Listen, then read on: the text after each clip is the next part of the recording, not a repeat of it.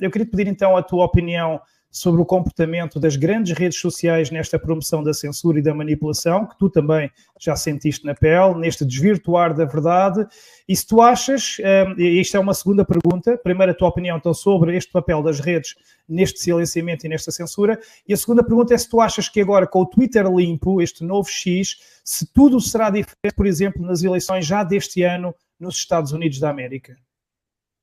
Olha, em primeiro lugar, deixa-me só fazer aqui um panorama geral, que eu acho que pode ser importante como ponto de partida. Na verdade, os grandes negócios neste momento do mundo, que é, por exemplo, a indústria de dados, aliada à Big Tech, o Big Pharma, o lobby armamentista, etc., são quem manda no mundo e quem tem na mão, na palminha da mão, onde vão comer os políticos, a comunicação social, etc. E, portanto, este assunto é magno. Nós sabemos como estas empresas, estas big techs, estas big pharmas, etc., já vinham engordando desde o final da década passada, mas, atenção, 2020, 2021 deu-se a maior transferência de riqueza da história da humanidade durante os anos Covid, e justamente para os bolsos destas pessoas que então reforçaram estupidamente o seu poder. Isto é importante para fazer o tal pano de fundo, o pano geral. Depois convém sublinhar que durante muitos anos, durante séculos, o poder judicial foi a nossa última muralha, a nossa fronteira de defesa dos direitos, liberdades e garantias dos cidadãos. Por isso, inclusivamente, há a expressão do ainda há juízes em Berlim. Por isso também, por exemplo, por cá em Portugal, o Tribunal Constitucional decretou algumas 30 vezes inconstitucionais uma série de medidas tomadas a trocho-mocho, a papo seco, durante justamente os anos Covid. E, portanto, eu penso que realmente no Brasil aquilo que se está a passar é um balão de ensaio. Não satisfeitos com o tomar de assalto o poder político e fazer deles os caniches destas big techs, big pharmas, não sei o que é, não satisfeitos de tomar de assalto a comunicação social e fazer deles também os seus pequenos cãezinhos de companhia, animais domésticos, neste esbulho ao povo, estão agora também a tomar de assalto o poder judicial. Eu penso que há aqui uma espécie de um balão de ensaio, de uma situação, de um dispositivo experimental, onde se está, de facto, a testar justamente como é que será isso de haver juízes como Alexandre de Moraes, que têm esta soberba de censurar, mandar eliminar, silenciar, rasurar, cortar, tudo o que, por e simplesmente, não lhe agrada, Sérgio, porque nós estamos a falar daquilo que nós conhecemos do Twitter Files, e há caprichos. Nós não estamos a falar só de opiniões políticas altamente polémicas ou divergentes, e que se estivéssemos, mas nem isso estamos a falar. Às vezes chega ao nível narcísico do senhor, por simplesmente ficar um pouco incomodado com alguma coisa que não gostou de ler a seu respeito, e vai daí, chop, e mora lá, então serrar-eito. E, portanto, isto demonstra não só que, efetivamente, o Brasil não é hoje uma democracia, não é uma democracia.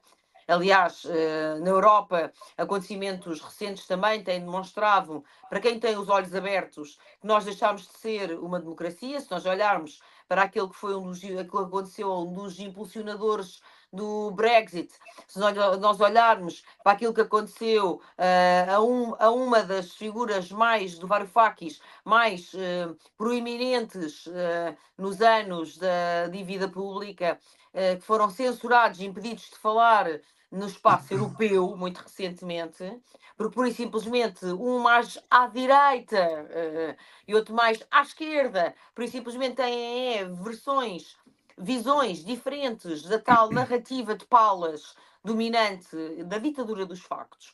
E, portanto, isto mostra que nós não vivemos, de facto, o Brasil não vive uma democracia, a Europa não vive uma democracia, nem pouco mais ou menos, e que realmente o último bastião, a última muralha, a última fronteira que faltava para então engolir, devorar, ser a rapina do restante território democrático era o Poder Judicial.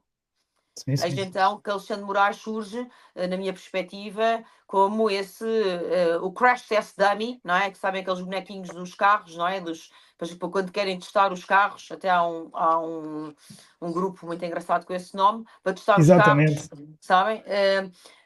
E eu vejo, é assim que eu vejo o Alexandre Moraes como um crash test dummy, deixa ver até onde é que isto vai, não é?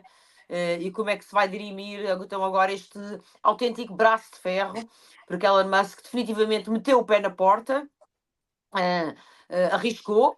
Nós sabemos que o risco aqui é relativamente contido, porque Elon Musk tem uma grande fortuna, porque a receita publicitária do Twitter no Brasil não é assim tão significativa, mas não deixa de ser um risco, evidentemente, na defesa da liberdade e da liberdade de expressão em particular.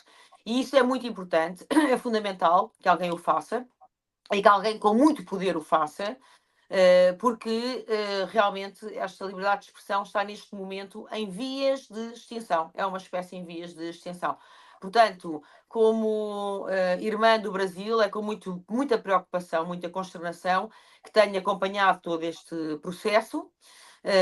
E que, com certeza, para responder finalmente à tua pergunta, Sérgio, vai mudar a face das eleições, está a mudar. Atenção que o Kennedy está com sondagens nos Estados Unidos, aquele que era apodado de Outsider. chalupinha, como nós todos aqui há uns meses. Sim.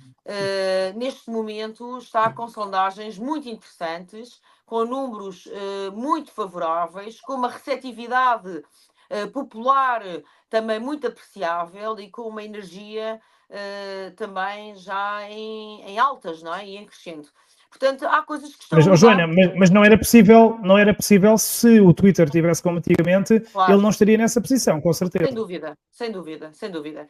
E eu estou com o Miguel, porque é óbvio que há aqui negócio, muito negócio envolvido, e que se isto do corte e costura, do lápis azul, não cola com a força que alguns pretendem, talvez alguns também arrepiem caminho.